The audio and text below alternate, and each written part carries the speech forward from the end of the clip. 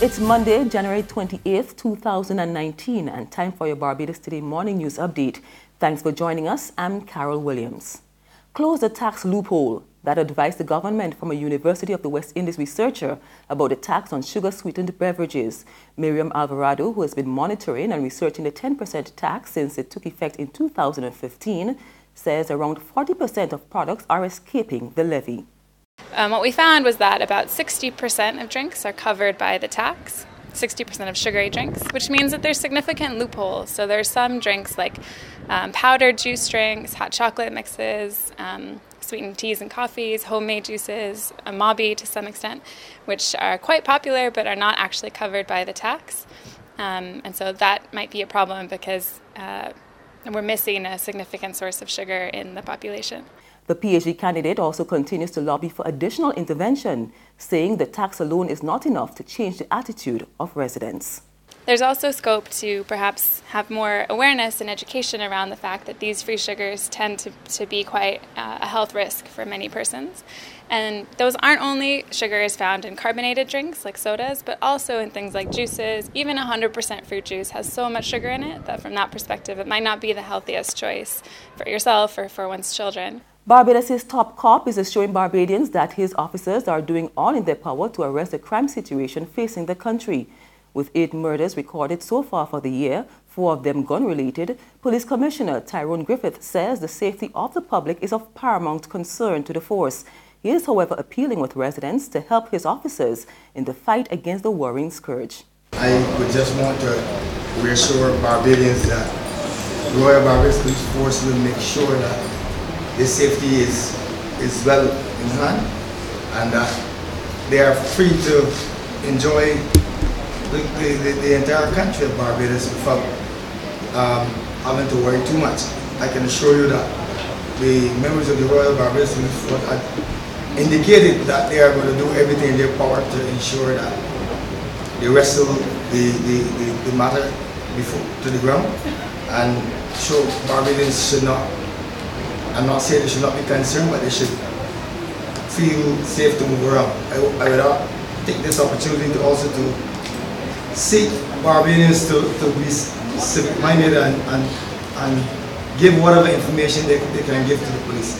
We cannot do it alone. We need all Barbadians to come together and support us in our fight against this outrageous crime.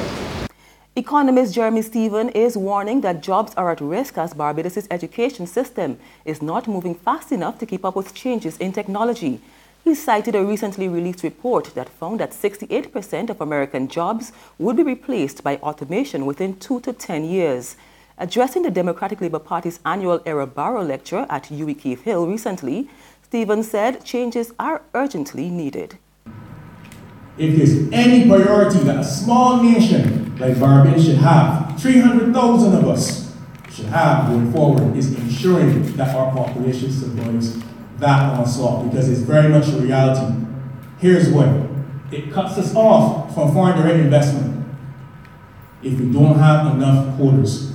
My friend Khalil runs a very, very innovative business, B+.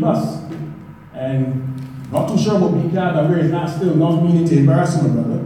But nonetheless, you ask Khalil where he has to source his people from. And there's a ton of students looking for jobs, and you kind of code, because I've looked at it and I know coding up to a point. It's not that difficult what he's trying to achieve, but trying to apply it to Barbados.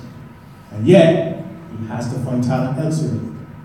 Barbados is getting the thumbs up for its decision to invest in coastal infrastructure such as boardwalks. Consultant to the Coastal Zone Management Unit, Peter Schumann, says the projects have not only paid for themselves, but they're also protecting the coastline. The economic values from the coastal infrastructure projects come in terms of recreation benefits, risk mitigation, and business opportunities along the boardwalks, and those values appear to be quite significant. There's been a lot of studies, empirical studies, estimating those values in dollars and cents, and it seems quite clear that the projects are more than paying for themselves in terms of economic returns on those 3 aspects. In time frame when these projects would pay for themselves? I mean, how many projects of boardwalk nature are in play, and what time frame are we looking at for these projects? And I would estimate, just in terms of recreation benefits, that they probably already paid for themselves and business activity. And it seems that they will pay for themselves multiple times over if and when a significant storm hits the coast. In sports, this past weekend has been a good one for West Indies cricket fans. Not only did the home team crush the visiting English side by 381 runs inside 4 days of the opening test at Kensington Oval to take a 1-0 lead in the 3-match series, but Captain Jason Holder has become the first West Indies player in 45 years to top the list of all-rounders in the ICC Test player rankings. This came after he slammed an unbeaten double century that helped script the win. Sir Garfield Sobers was at the top in March 1974, and Holder has now followed with his 202 not out of 229 balls, which is the third highest score by a number 8 batsman in Test history. There's regional and international news after this short break.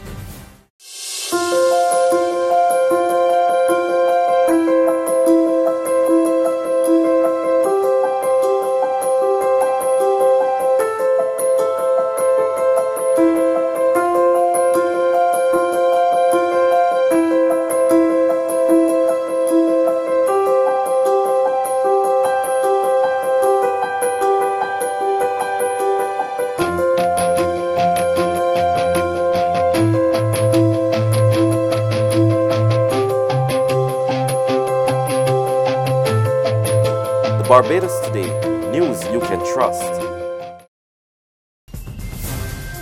In news from our regional neighbors now, Venezuela's President Nicolas Maduro has rejected a European ultimatum that he called elections. Spain, Britain, France, Netherlands and Germany have warned that they will recognize the opposition leader as the interim president. More from France 24. Well, for him, it's no longer a coup, according to this interview. For him, now this is a problem that he needs to solve. And according to what he said, he's going to solve it either with the Supreme Court that has to rule to see who's right, if it's Guaido or if it's him, the legitimate president of Venezuela, or through dialogue. This is something he asked the opposition this past Thursday when he gave a press conference with international journalists.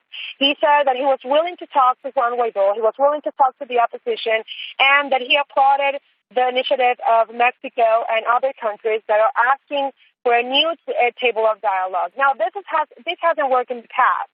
And immediately when he proposed this, Juan Guaido said no, said a radical no. They are not going to sit again with the government. They are on the right path according to the opposition, and this is not happening. So now Maduro is only relying on the Supreme Court, which is filled with government loyalists, to solve the situation. And finally, on the international scene, rescue teams have resumed their search for hundreds of people still missing after a dam collapse in southeastern Brazil on Friday. Authorities had paused the search for hours amid fears that a separate dam was at risk of giving way in the area. Nearly 24,000 people had to be evacuated. More in this NBC News report. Saved from the sludge, their daring rescue captured on camera. But fears are growing these survivors may be among the last. It happened at an iron ore mine. The dam break unleashing a wave of mud, covering roads, destroying buildings, everything in its path. Sueli is desperate to hear from her husband, who hasn't been seen since the disaster. Most of the victims worked for the Brazilian mining company Vale and were having lunch when the dam collapsed. The company's CEO says he doesn't know why the dam burst, but it's not the first time. In 2015, another nearby dam, co-owned by Vale, burst, burying a village in toxic sludge, one of Brazil's worst environmental disasters. Today, Vale was fined $66 million for safety violations related to the catastrophe. The country's president calling it a tragedy. Devastation as the region prepares for a long and grueling cleanup. That's news, but for the very latest, visit our website at www.barbadostoday.bb. You can also subscribe to our e-paper, email updates, or like us on Facebook, and sign up for breaking news alerts via WhatsApp. We're also on Izumi Media in bus terminals, as well as screenplay at supermarkets and gas stations near you. You can also hear us on Mix 96.9 FM and Capital Media HD 99.3 FM. I'm Carol Williams. Have a good morning.